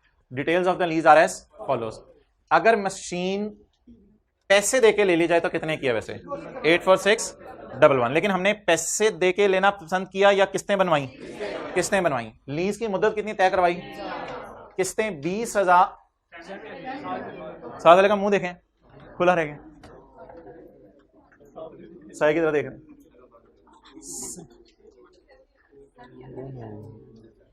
भाई अगर एनुअल होती तो 20,000 की 3 किस्तें बनती, फिर तो 20,000 की 3 किस्तें बनती, वो तो 60,000 बनती। तो हमने किस्तें सालाना नहीं कराई, हमने किस्तें 6 माहाना कराई हैं, यानी 6 माह बाद हम किस्त दिया करेंगे। कोई लफ्ज बोल रहा था इधर कोई बंदा 6 माह के लिए, सेमाई माई। अच्छा तो instalment of 20,000 is to be paid on होने लगी है गेम। तो semi annually in arrears on 30 June and 31 December. पहली किस्त का पे होगी 30 जून को और अगली 31 दिसंबर को। तो 1 जनवरी 12 है, पहली किस्त का पे होगी, बात कर ली इधर देखिए, 1 जनवरी 12 पहली किस्त का पे होगी, 30 जून 12, दूसरी 31 12 12। साल में कितनी किस्तें पे होंगी? 2। फिर अगली किस्त का पे होगी 30 जून 13 और 31 दिसंबर 13, और फिर 30 जून 14 और 31 दिसंबर 14। फिर लीज की मुद्दत खत्म हो जाएगी। यूजफुल लाइफ इसकी कल देखेंगे हम। The interest rate in the lease is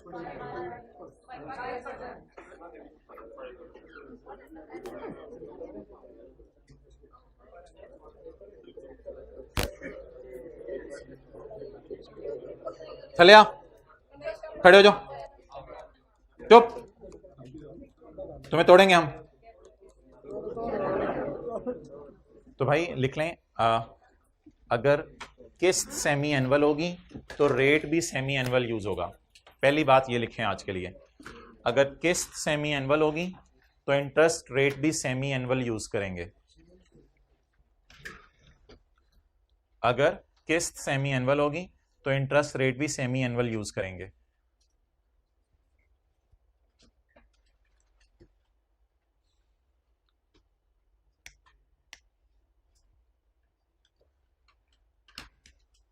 चलें जी, रेट तो पर है ना मैं ना, तो फिर इसको किस पे हम ले आए? सेमी एनुअल पे। अच्छा इसको ना इस तरह ना किया करें, 22% डिवाइडेड बाई 2, इस तरह ना करें। असल में ना सेमी एनुअल भी सवाल आने हैं, क्वार्टरली भी सवाल आने हैं, 2-2 महीनों की किस्तों वाले भी सवाल आने हैं। तो इसलिए आप ये देखा करें ये रेट कितने महीने का है, 12 महीने का, लेकिन हमारे में 6-6 महीने बाद किस्तें पे हो रही हैं, तो इस तरह इसको किया करें। तो रेट में ये यूज करूंगा या इसको क्रॉस कर दूं, मैं 11% यूज करूंगा। तो 22% को छोटा सा क्रॉस डाल के 11% को टिक कर लिया, मैं रेट 11% यूज करूंगा। चलें जी, वही सब कुछ करना है इस सवाल पे जो पिछले सवाल पे किया है, और इट इज़ जस्ट रिवीजन, क्योंकि टॉपिक अभी ज़रा स्टार्ट में है, तो ये कल वाले सारे की रिवीजन है। लेकिन थोड़ा सा भी आपने इंटरेस्ट लूज नहीं करना, जो बातें मैं बोलता जाऊंगा उनको सुनते रहने, ताकि आपको सारी अमाउंट सही तरह से पता चल जाए। जी वर्किंग वन बता दें क्या थी? Lease payments.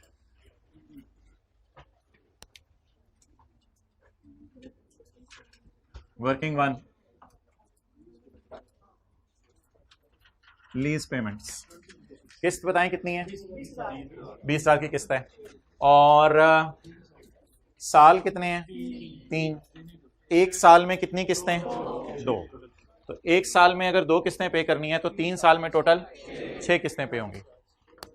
तो 20,000 6 दफा पे करेंगे, 20,000 6 दफा पे करेंगे, 1,20,000। अब क्या निकालनी है जी? प्रेजेंट वैल्यू ऑफ ऑन यकम जनवरी 12, यकम जनवरी 12 निकाल लें प्रेजेंट वैल्यू। ये मुख्तलिफ किस्म के जवाब आ रहे हैं ये।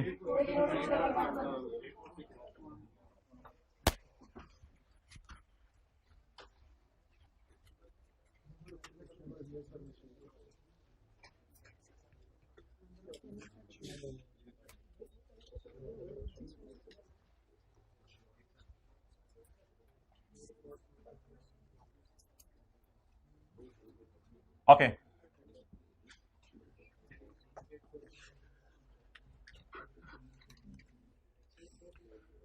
बारह, 13, 14,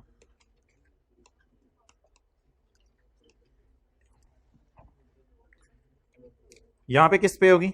यहां पे होगी 30 जून को होगी, 31 दिसंबर को होगी, 30 जून को होगी और 31 दिसंबर को होगी। 20 20 20 20 20 20। अगर अमाउंट सेम हो और एक से ज्यादा हो और इंटरवल सेम हो तो ऐसी सूरत में कौन सा फॉर्मूला लग सकता है? एनओटी का फॉर्मूला लग सकता है, क्योंकि अब पेमेंट सेमी एनुअल है तो मैंने कहा था इंटरेस्ट रेट भी कौन सा लेना है? Semi annual. और एन से मुराद होगा number of times 6 is appearing. So how many number of times 20 is appearing? How many times 20 is appearing? 1 2 3 4 5 6। दीवार आ गई है, मोटरसाइकिल चलाई जा रहे हैं। घूम घूम sorry 20,000 into 1 minus 1.11 yes raise to power minus 6 दफा 0.11 नहीं बोलते, 1 बोलते हैं। चौथी क्लास में सिखाया जाता था। 84611। कोई बच्चा एक फिक्रा बोले जो मैं इस 84611 को और 84611 को कंपेयर करके बोलूं। आप कहेंगे, आपने कहना सर आपने भी ये कहना है क्या ये 84611 इस 84611 के बराबर आया करेगा? ये एक अलग बहस है जो हम बाद में करेंगे। ये मैं आपसे सुनना चाह रहा था, ये सुनना चाह रहा था। ये जो प्रेजेंट वैल्यू निकली है 84611, क्या ये एसेट की फेयर वैल्यू के बराबर होती है? और इन 3 सवालों में बराबर आई है, क्या ये हमेशा बराबर आया करेगी?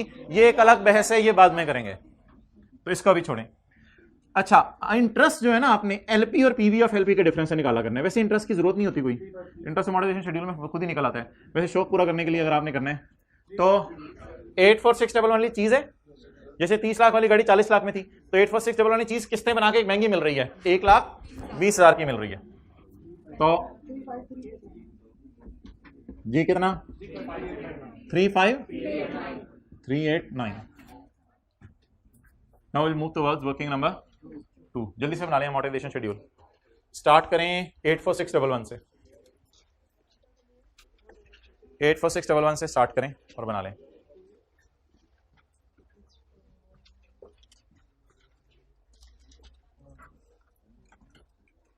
अगले दफे बना हुआ है ना कर यार, कसम से नो बना ले यार।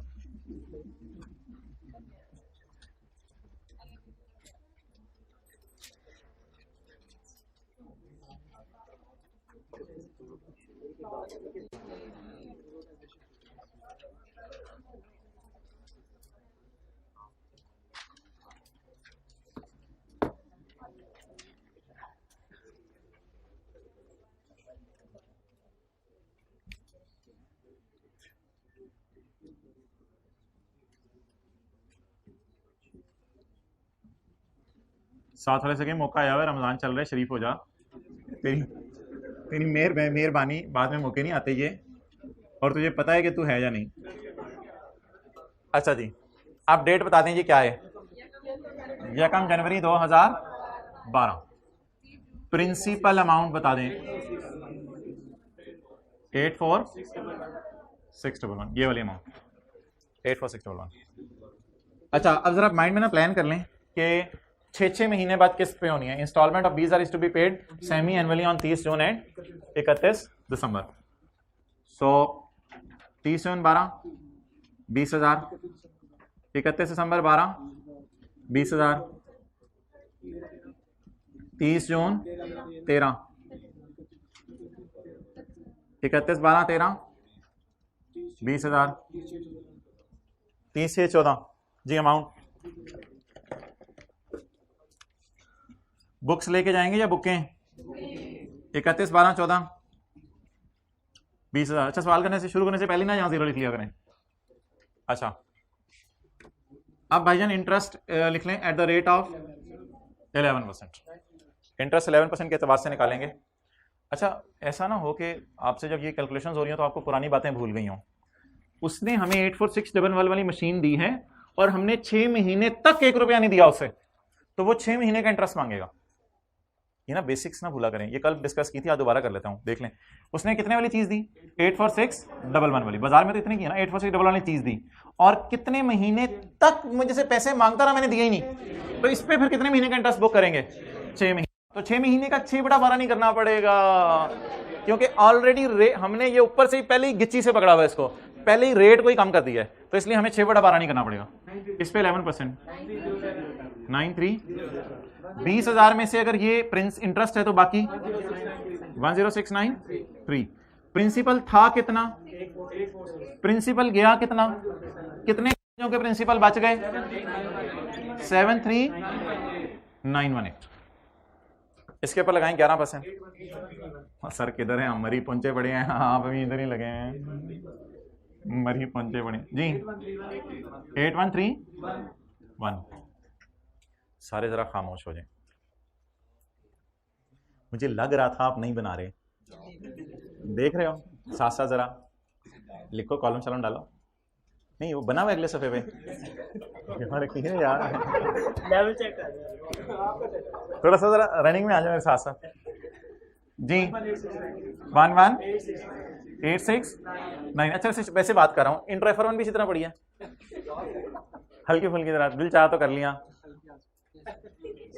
मुझे लाइब्रेरी 12 बजे तक खुलवाई है, वो बैठा करो जी। 6204 68 1317 1317 74 146 3425 16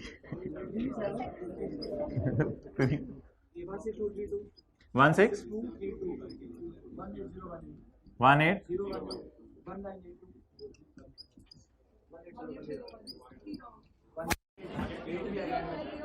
ये 180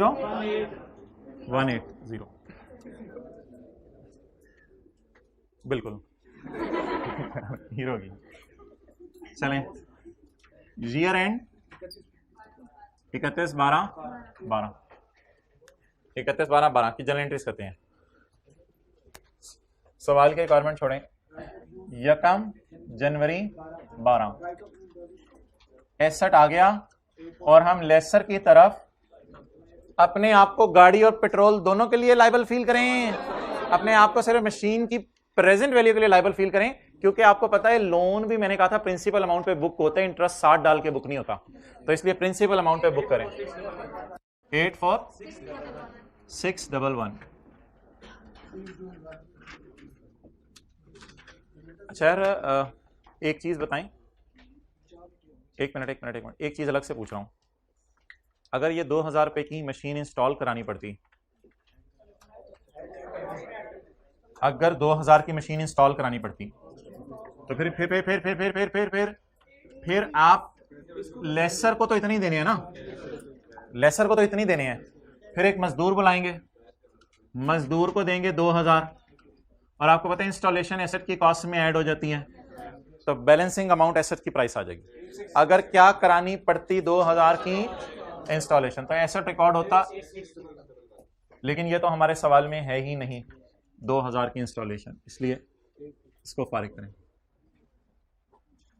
बहरहाल लीज लाइबिलिटी के आगे पीवी लिख लें, यह आपको जिंदगी के मुख्तलिफ मोड़ों पे हेल्प करेगा। इंस्टॉलेशन वगैरह चीज़ें फटे आने हैं, तो इसलिए जो अमाउंट जिस पे बुक करनी है ना वो लिखते जाएं साथ साथ, वरना ये चीज़ें मसला डालेंगी। मैं इधर जानबूझ के चीज़ें लिख रहा हूँ साथ साथ पीवी, क्योंकि फिर आने वाले दिनों के अंदर जब चीज़ें ज़्यादा आएंगी तो फिर आप पूछा करेंगे किस चीज़ को कहाँ से शुरू करना है। इसके साथ भी पीवी लिख लें फिर आज। और राइट ऑफ यूज़ फिर अभी उतना ही है क्योंकि और कुछ नहीं हुआ। 84611 30 जून 12 पहली किस्त पे होगी। Cash credit 20,000, lease liability 10693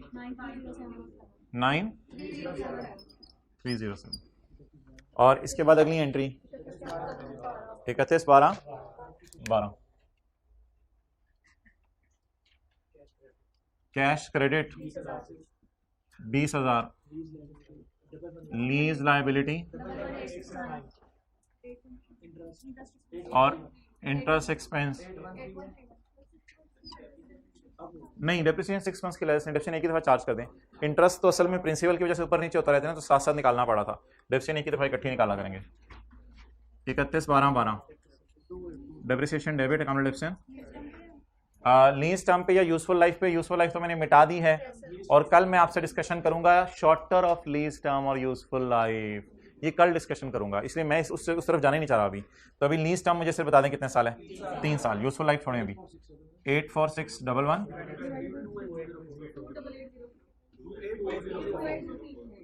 2820 okay, ये पहले साल की एंट्रीज हो गई। दूसरा साल एंड 31/12 ईयर एंड 31/12/13 जी मातरम। पहले एसेट लीज पे लेंगे नहीं लेंगे? अच्छा इधर देखें, पहले साल के पहले दिन एसेट लीज पे लिया था, छठे महीने के एंड पे किराया दिया, 12वें महीने के एंड पे किराया दिया और 12वें महीने के एंड पे पता चला एसेट 12 महीने डेप्रिशिएट कर गया। अब अगली एंट्री एज इट इज 30/13 बोलें जी। 20,000 13,175 6825 31/12/13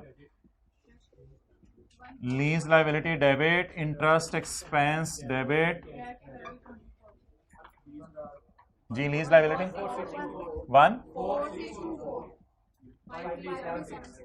15376 डेप्रिसिएशन डेबिट अकोमोलेटेड डेप्रिसिएशन वही डेट 31/12/13 28204 बैलेंस शीट। अब P&L और बैलेंस शीट बना दें 2 सालों का। 2 सालों का P&L बैलेंस शीट बना दें, प्लीज कोई गलती नहीं करनी।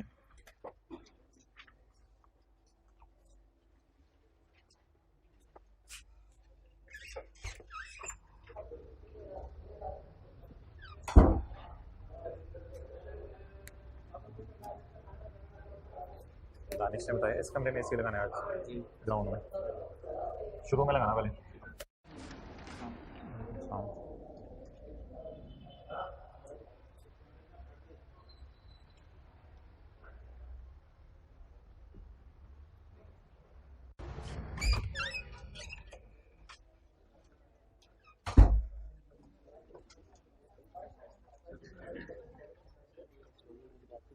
कौन सी वाली?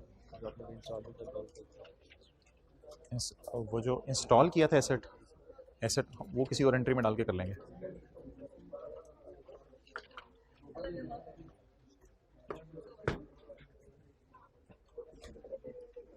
ओके भाई पूछ रहे थे एसेट इंस्टॉल करने वाली बात दोबारा बता दें, वो इंशाल्लाह हम अगली किसी सवाल में डाल के कर लेंगे बात। अच्छा जी, डेप्रिसिएशन की फिगर याद रख लें 28204 और बाकी मैं फिर मिटाने लगा हूं क्योंकि जनरल एंट्रीज की जरूरत नहीं है for the purpose of preparing balance sheet.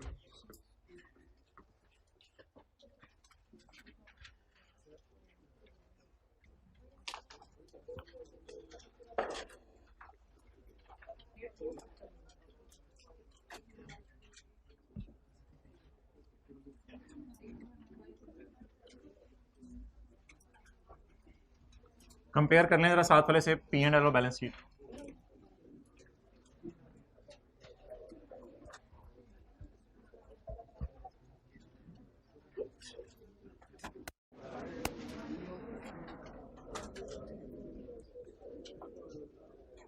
Okay, organisation का नाम BTL, statement of comprehensive income for year ended 31/12/13 कर लें, ताकि फिर 13 और 12 दोनों की बना लें। पहले जरा 12 की बना लेते हैं। 31/12/12 डेप्रिसिएशन एक्सपेंस कितने? 28204। Interest expense. अच्छा, अब यार एक मिनट, उधर से नहीं देखना, पहले प्लान करके जाना है। मुझे आप थोड़ी सी टेंशन चाहिए जरा आपकी, क्योंकि ये बात इस सवाल के लिए नहीं है, ये आगे आने वाले सवालों के लिए आपको तैयार किया जा रहा है। अगर किस्तें 6-6 महीने बाद पे हो रही हैं तो उस किस्तों में डाल के साथ साथ क्या पे हो रहा होगा? इंटरेस्ट। अब मुझे बता दें ये मेरा साल कौन सा है? 2012। 2012 का अगर मैं इंटरेस्ट देखना चाहता हूं तो क्या 31/12/12 को किस्त पे हुई है या 30 जून 12 और 31/12/12 को? दो दफा किस्त पे हुई है। तो अब before going into the amortisation schedule, amortisation schedule में जाने से पहले अपने जहन में प्लान करें, मुझे 12 के साल का इंटरेस्ट चाहिए। ये इंटरेस्ट ना खर्चा होता है, ये बैलेंस शीट बनाते हो ना, सोचिए फ्यूचर को सोचना, नहीं नहीं नहीं, ये इंटरेस्ट खर्चा होता है। इसके लिए आपने लाइन कोई नहीं लगानी, इंटरेस्ट कैलकुलेट करते हुए पीएनएल में लाइन कोई नहीं लगानी, बस आपने अपने आप से सवाल पूछना है। क्वेश्चन जी, 2012 के साल में 2 किस्तें पे हुई, तो पहला इंटरेस्ट 30 जून 12 को। आपको बात अभी आसान लग रही होगी, लेकिन जब बीच बीच में से साल आएंगे तो फिर जरा सोचते हुए चीजों को टाइम लगता है। अच्छा, उधर आवाज नहीं आ रही, देखो।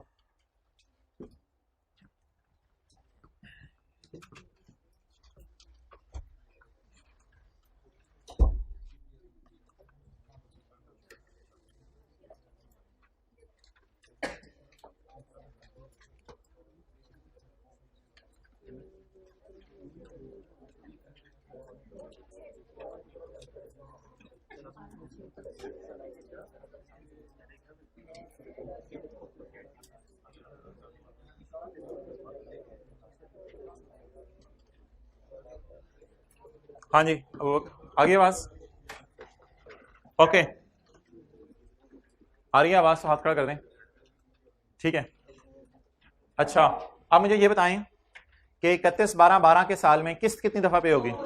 2 दफा, 30 जून 12 को और 31/12।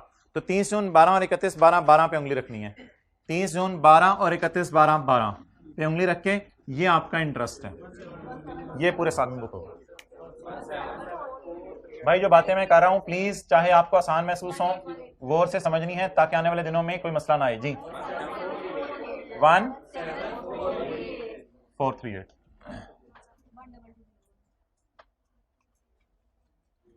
ओके। 13 के साल में जी भाई,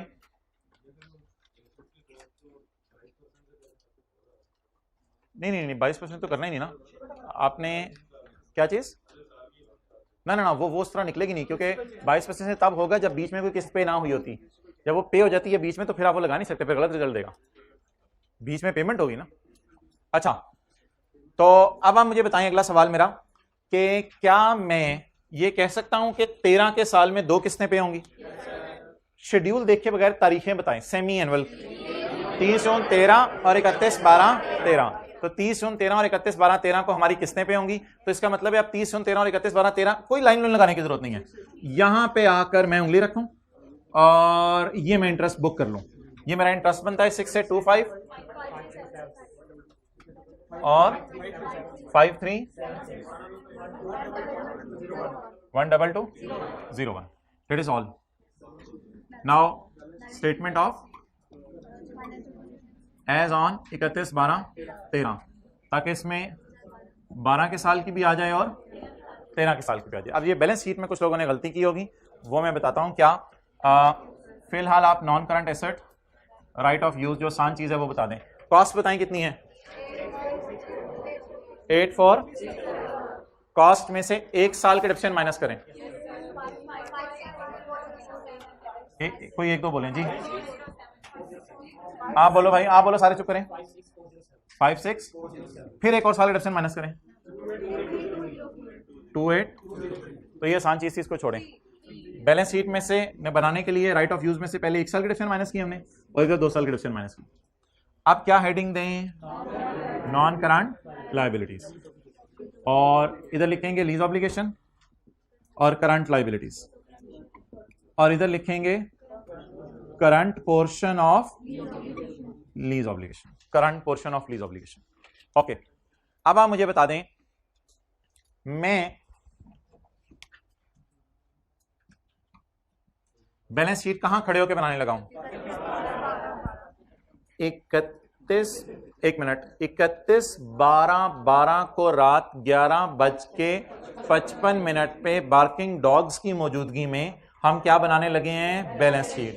तो शाम 5 बजे जिस वक्त सूरज ढल रहा था उस वक्त बैंक खुला था, तो मैं जाकर 31/12 को कौन सी किस्त पे कर आया हूं? क्योंकि मुझे पेबल चाहिए। कौन सी किस्त पे कर आया हूं? पे कौन सी किस्त करके आया हूं? ये वाली पे कीवी के नीचे हमारे साल की पेमेंट के नीचे अगर तो नीचे क्या पड़े होंगे? पेबल। नीचे क्या पड़े होंगे? पेबल्स। आप मुझे बता दें, 12 का मेरा साल है, 13 के अंदर वाली सारी करंट, और 14 15 16 17 वाली 13 के अंदर वाली करंट। वो बच्चे पकड़े जिन्होंने सिर्फ 1-3 को करंट में डाला है, 13175। ये ब्लंडर मारा है। करंट की क्या डेफिनेशन है? जो अगली पेमेंट है, आप लोग पढ़ा लें। करंट का क्या मतलब है? जो अगली पेमेंट है, जो 1 साल के अंदर पेमेंट्स हैं। तो मेरा साल कौन सा है? 12। तो 13 के अंदर वाली करंट। यहां से जो है वो ज्यादा मजा आता है समझाने का। तो हमारे साल की पेमेंट के नीचे क्या करें? लाइन लगा दें। तो 13 वाली करंट और 14 15 16 17 वाली नॉन करंट। ऐसे ही करेंगे, क्योंकि लेस देन 1 1 2 2 2 2 3 तो मेच्योरिटी एनालिसिस में देखते हैं। मैं तो अभी बैलेंस शीट बना रहा हूं। तो अब मुझे बता दें, कौन सा हाइलाइटर हमने यूज किया था 1 साल के अंदर वाले के लिए? येलो या ग्रीन? येलो। 1 साल के अंदर वाली को क्या कहेंगे? करंट। और नॉन करंट इसको भी कह सकते हैं, ना दिल चाहे तो इसको भी कह सकते हैं। इसके सामने वाली फिर आप देखेंगे 14624 के सामने, लेकिन बेटर तरीका चलें ये भी है। 1 साल के अंदर कितनी? 2 पेमेंट्स करनी है ना 1 साल के अंदर। तो 6-6 महीने बाद किस्तें हैं, जैसे सीए में होता है। तो 6-6 महीने बाद पैसे देते हैं। 1 साल के अंदर ये और 1 साल के बाद ये। आप बता दें जी, करंट पोर्शन 13175। कितनी दूर मैं क्यों देख रहा हूं? 27799। ये क्या हो गया? करंट। और ये करंट हो गया, और ये या फिर ये नॉन करंट। 3 4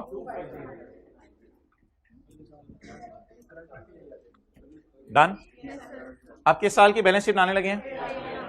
2013 की बैलेंस शीट हम बनाने लगे हैं 31/12/13 को रात 11:55 में in the presence of barking dogs. अच्छा, तो शाम 5 बजे जब सूरज ढल रहा होगा और ये शाम की दुआएं पढ़ रहा होगा, तो उस वक्त जो है शाम को जिस वक्त सूरज ढल रहा होगा, तो उस वक्त पेमेंट करने हम कौन सी वाली करने गए होंगे? मैं ब्लू शर्ट से पूछने लगा हूं, हम कौन सी वाली पेमेंट करने गए होंगे? तेरी उंगली का इशारा थोड़ा सा इधर लग रहा था मुझे, तो ये वाली पेमेंट करने गए होंगे। ओके, तो आपने स्माइल कर दिया, जबरदस्त हो गया।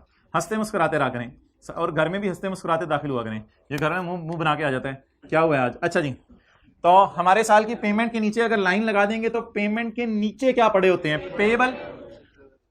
13 की बैलेंस शीट में 14 करंट में जाएगा। 14 किस में जाएगा? जिगर तू नॉन करंट में। ये किधर जाएगा? ऐसे इंक छिड़क के साथ वाले पे। करंट में कितना 34250 16 ऐसे ये फिगर निकली है। ठीक है जी, चलें।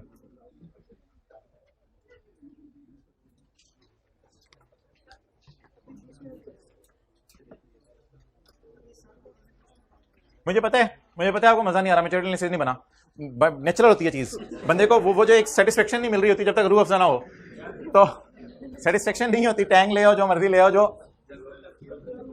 अच्छा, इसीलिए तो सोता रहता है। ओके यार, ये नेचुरल है बात। देखें, वो बंदे को सुकून आता ही नहीं जब तक कि वो पूरी बात ना कर ले। नेचुरल है। अभी आप लोग परेशान इसलिए शक्लों पे मैच्योरिटी एनालिसिस बना दें। अच्छा, मैच्योरिटी एनालिसिस में सिर्फ 1 साल का बना रहा हूं, 31/12/12 का।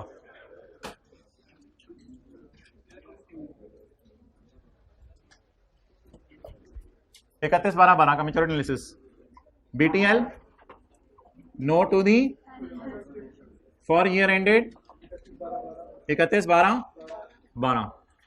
नोट का नाम लीज, राइट ऑफ यूज वाला मैं नहीं बना रहा अभी। मे बी नोट नंबर 7.1 अंग्रेजी लिखनी है पेपर में, ये ना लिखाइएगा इंग्लिश, तो उसने फंक्शनल उर्दू में मार्क्स दे देने हैं। अच्छा, 7.2 बनवाएं जी, मैच्योरिटी एनालिसिस। इधर जब ये लिखेंगे ना तो लिखेंगे we have entered into a lease of 3 years with semi annual rentals. Interest rate is 22% per annum भी लिख सकते हैं, और इंटरेस्ट रेट इज 11% पर 6 months भी लिख सकते हैं। Maturity analysis. अच्छा ना, जो काम बैलेंस शीट बनाते हुए करते हैं ना, हमारे साल की पेमेंट नीचे लाइन लगाना, वही काम इधर भी करें। हमारा साल 31/12/12 की रात खड़े हैं 11:55 पे, तो उस वक्त मुझे बताएं हमारे साल की पेमेंट हो चुकी होगी 5 बजे शाम। तो हमारे साल की पेमेंट के नीचे लाइन लगा दें, और हमारे साल की पेमेंट के नीचे लाइन लगाने के बाद मैंने आपको कहा था कि आपकी नजरें सिर्फ अपनी प्लेट पे होनी चाहिए। ये मैंने आपको प्लेट बना दी है, प्लेट बन जी। मैं कहां खड़ा हूं बोलें? 31/12/12, ये चिट्टे बोर्ड वाला वर्जन और ये प्रोजेक्टर वाला वर्जन। 31/12/12, ढीला छोड़े हाथ। Less than 1 year, less than पैजानी, लेस देन, जिसने ऐसे उंगली छोड़ी उसके चपेट पड़ेगी। लेस देन 1 year, 1 साल के अंदर अंदर। 12 के लिए तो 13 1 साल के अंदर अंदर है ना, 1 साल के बाद 2 साल के अंदर अंदर। ठीक है जी।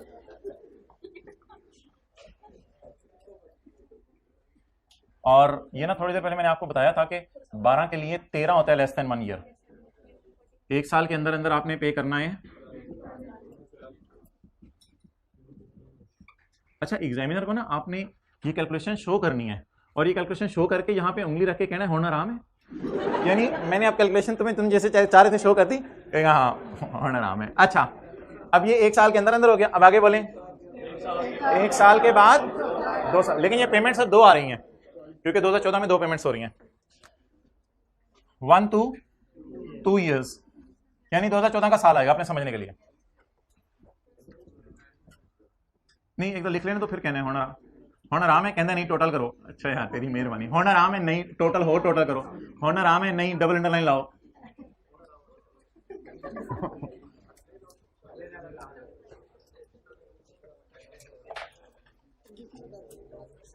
अच्छा, अब आपने मुझे जाते हुए याद कराने कि आपको होमवर्क मैंने बताने। अब ऐसा करते हैं, एंजॉय करते हैं, टिक लगा ले आराम से, और हम जाने लगे हैं कीनिया। कहाँ जाने लगे हैं जी? कीनिया। IAS 41 में किसी नहीं किताबें रखनी कोई नहीं, आपको पता है मेरा पता कोई नहीं। IAS 41 को अगर आप जहन में रखें तो IAS 41 में मुझे ये बताएं कि IAS 41 में मतलब ब्लैक शर्ट IAS 41 में मुझे ये बताएं कि कुछ हमने पढ़े थे डिस्क्लोजर्स। तो पाकिस्तान की किसी कंपनी के खास डिस्क्लोजर नहीं मिले, तो हम कहाँ तक पहुँच गए? कीनिया के कंपनी के फाइनेंशियल स्टेटमेंट्स तक पहुँच गए। और हम साथ जो है वो थोड़े से IAS 41 के डिस्क्लोजर्स खोल लेते हैं, ताकि ऐसे ही हमसे मुराद मैं अपने से बातें कर रहा हूँ, आप लोगों ने तो मेहरबानी।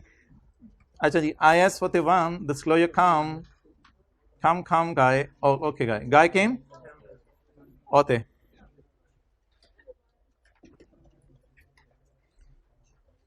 चलें जी, बिस्मिल्लाहिर्रहमानिर्रहीम। काकूजी PLC for the year ended 31 December 2019। मैं घर से हाईलाइट करके लाया हूं आपके लिए, जहां आपको हाईलाइटेड स्टफ नजर आए वहां आपने ब्रेक लगा देनी है, आवाज आनी चाहिए ब्रेक की। भाईजान ये लेवल है इनका, डिलॉयट इनके ऑडिटर्स हैं। अच्छा जी, नहीं यूसुफ आदिल पाकिस्तान में, ओह ये जी, ये भाईजान क्या चीज है? स्टेटमेंट ऑफ फाइनेंशियल, भाईजान ड्रामा देख लें प्लीज। ये क्या है? स्टेटमेंट ऑफ, इसमें देखें लॉजिकल एसेट्स आ रहे हैं, non current assets PP, biological assets, level है बच्चे का। और बायोलॉजिकल, अच्छा कोई कुछ डेटर्स भी हैं जिन्होंने चंडी कराई हुई है, नॉन करंट रिसीवेबल अभी नहीं देंगे। अच्छा चलें छोड़ें। बायोलॉजिकल एसेट्स 715, 7,15,000 के, नहीं 71376000 शो रुपीज नहीं है।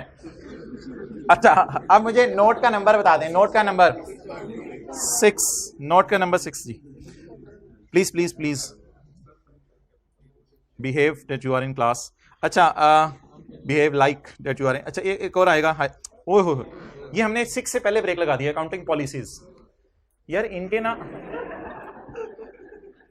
झाड़ियां हैं, एवोकाडो, एवोकाडो और छोड़ ही दे मेरे ख्याल से मैकेडामिया ट्रीज हैं कोई, एंड ब्लूबेरीज क्रॉप्स हैं, are bearer plants.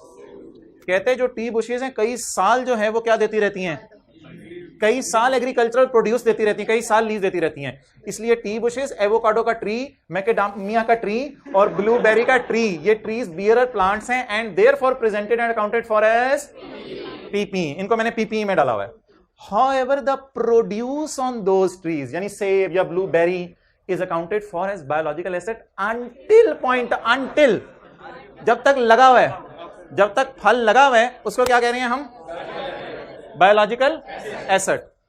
Harvested produce is transfer to inventory. इसमें एक बात वो बीच में लिख जाता तो बड़ा अच्छा होता कि एट पॉइंट ऑफ हार्वेस्ट उसे क्या कहते हैं? Agricultural produce. तो उसने बड़ी बात की मजे की, क्या कहते हैं? Produce growing on trees is biological asset. और कटने के बाद इन्वेंट्री, दरमियान वाली बात उसने लिखने में कंजूसी कर दी। आगे चलें, हम कौन सा नोट ढूंढने जा रहे थे? Note number 6। ये सारे नोट सब बनाया करेंगे बड़े होके क्या?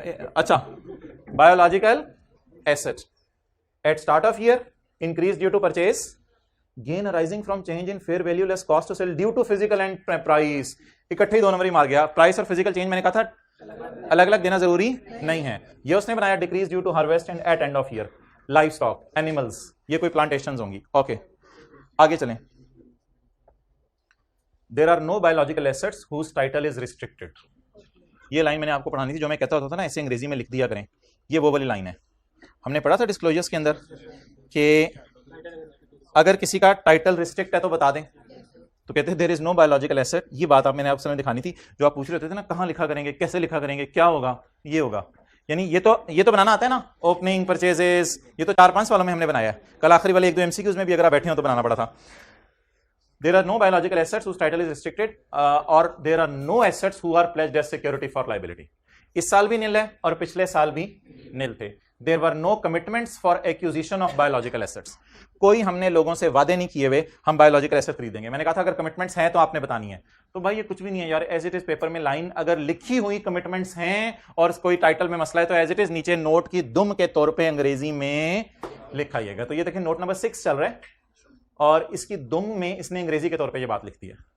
एक चीज और यहां पे हमें नजर आएगी, वो है जी, कहता है कैटल्स, जानवर मेरे पास साल के एंड पर 4,396 हेड भी हैं और धड़ भी है। मतलब ये नहीं कि खाली उनके हेड ही बने हुए हैं, हेड का मतलब है क्वांटिटी। कहते हैं इतने हेड है मेरे पास, मैंने गिन के देखे हैं, नीचे भी है। अच्छा, और जो मेरे फॉरेस्ट्री प्लांटेशंस है यानी जंगलात हैं वो तो हेक्टर्स में बताए हुए हैं। पाकिस्तान में पता नहीं मरलों में या कनालों में बताते होंगे, तो कहते हैं वो हमने किस में बताए हुए हैं? हेक्टर्स में। तो ये ऐसी इंफॉर्मेशन है, पकड़ के आगे अमाउंट लिखी है, पकड़ के आगे क्वांटिटी लिखी हुई है, इस तरह की इंफॉर्मेशन है। वैसे मेरा नहीं ख्याल IAS 41 के डिस्क्लोजर आपसे पूछेगा, एहतियातन आपको दिखा दिए हैं। ये बात ढूंढने कहां लिखी हुई थी? ये बात भी कहीं लिखी हुई थी, क्वांटिटी बताने वाली। An entity is encouraged to provide a quantitative description of each group of biological acid. हर ग्रुप की क्वांटिटीज अलग अलग बता दो कितनी कितनी है। और उसमें आगे ना फिर उसने ब्रेकअप भी दिया है कि इसमें एवोकाडो कितने, प्लीज पाइनएप्पल के कितने हैं, मैकेडेमिया के कितने हैं हेक्टर्स, और वो सारा उसने ब्रेकअप दिया है। तो इस तरह की अगर इंफॉर्मेशन आ गई तो एज इट इज आपने सवाल से उठा के कॉपी पेस्ट करनी होगी, और इससे ज्यादा इसमें कुछ नहीं है।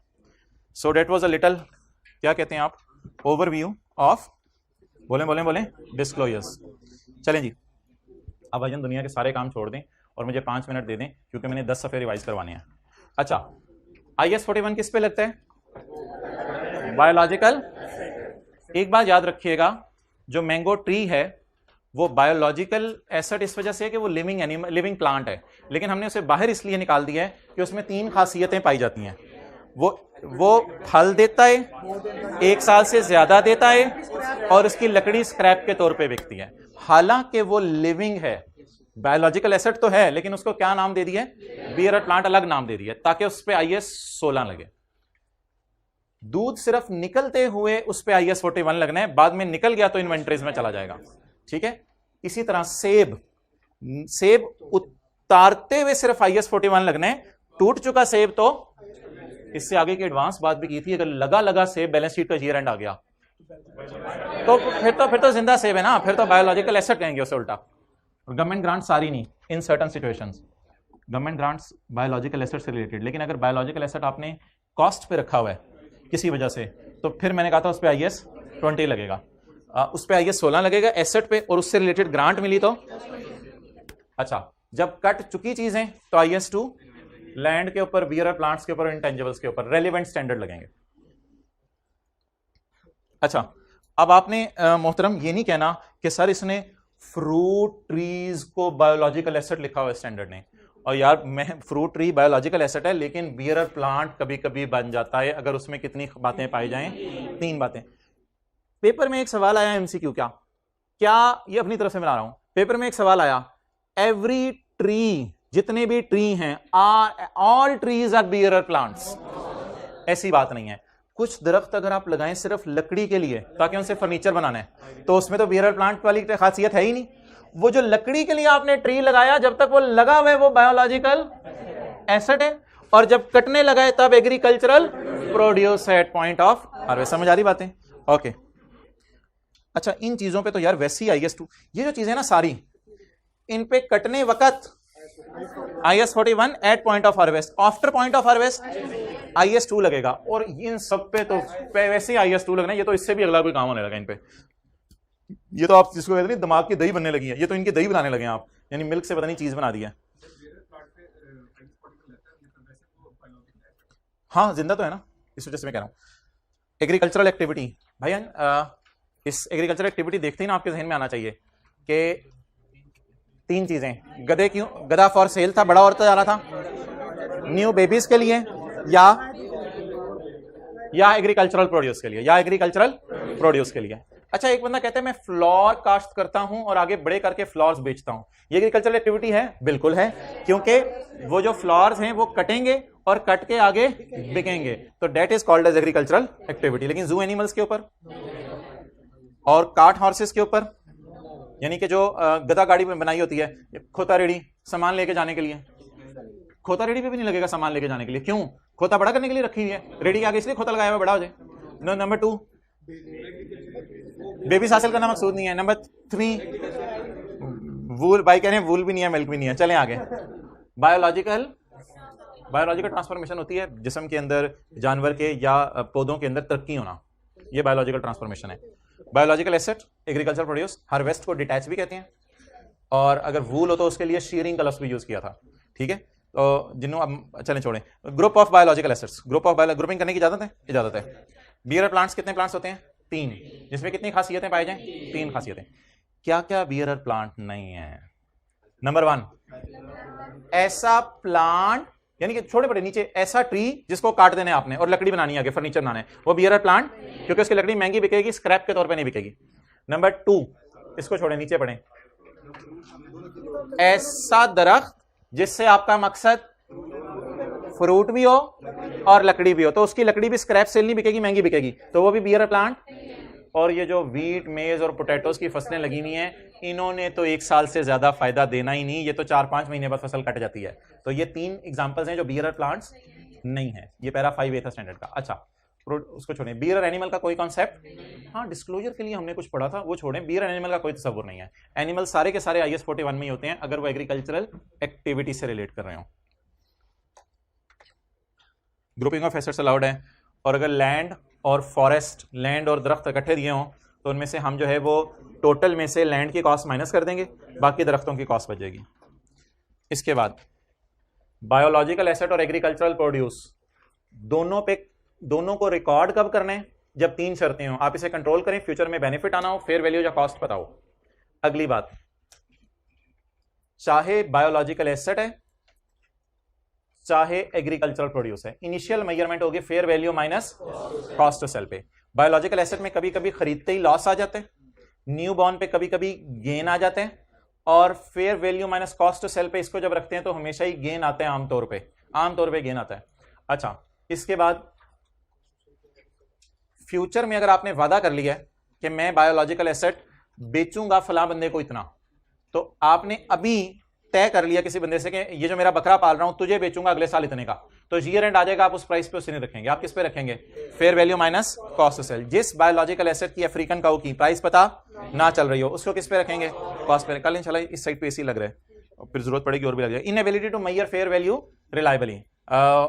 वैसे किसी दिन आप हाइब्रिड क्लास में बैठ के देखें, कूलिंग भी चिल होती है और बड़ा एक लाइव एक्सपीरियंस आ रहा है। मैं बैठ के देखा, इससे पहले शायद मैं नहीं समझता था, लेकिन एक दिन सर की क्लास में बैठ के देखा है, बड़ा एक लाइव एक्सपीरियंस आ रहा है, आप बैठ के देखें, कोई इतना बड़ा फर्क नहीं है। अच्छा, भाई अपने माइंड को समझाने की बात है। Inability to measure fair value reliably. अगर फेयर वैल्यू नहीं पता चल रही तो भाईजान आप इसको किस पे रखें? कॉस्ट पे रखें। अच्छा, गवर्नमेंट ग्रांट अनकंडीशनल और अनकंडीशनल को कब रिकॉर्ड करना है? जब रिसीवेबल हो जाए, जब रिसीव हो जाए, जब रिसीवेबल हो। कल वाला MCQ गलत कर दिया होगा अगर आप लोगों ने ये बात नहीं पढ़ी हुई। तो गवर्नमेंट ग्रांट को कब रिकॉर्ड करना है? जब हुकूमत कह दे मैं आपको दे रही हूं तब भी रिकॉर्ड कर सकते हैं, रिसीवेबल हो। और जो कंडीशनल ग्रांट है उसको कब रिकॉर्ड करना है? जब मिले या जब कंडीशन पूरी हो। कुछ में कंडीशन ये लगी होगी कि एग्जैक्ट 5 साल काम करो, फिर 5वें साल इनकम में डालने। कुछ में कंडीशन लगी होगी। मुझे नहीं लगता आपका डिस्क्लोजर्स का मूड है। ठीक है, क्लोज करें क्लास। बस ठीक है, अब कल रिवीजन ही कर रहे थे ना हम।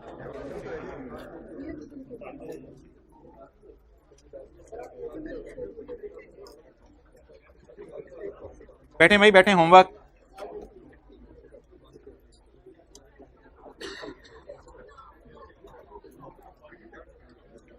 किताब निकालें, किताब नहीं आपको निकालें किताब, बस ज़बानी सुन लें। फिर किताब में आपके साथ वाले की किताब में पेज नंबर होगा 68 पेज 68 पे क्वेश्चन 1 करके आना है। Page 68 question 1 over.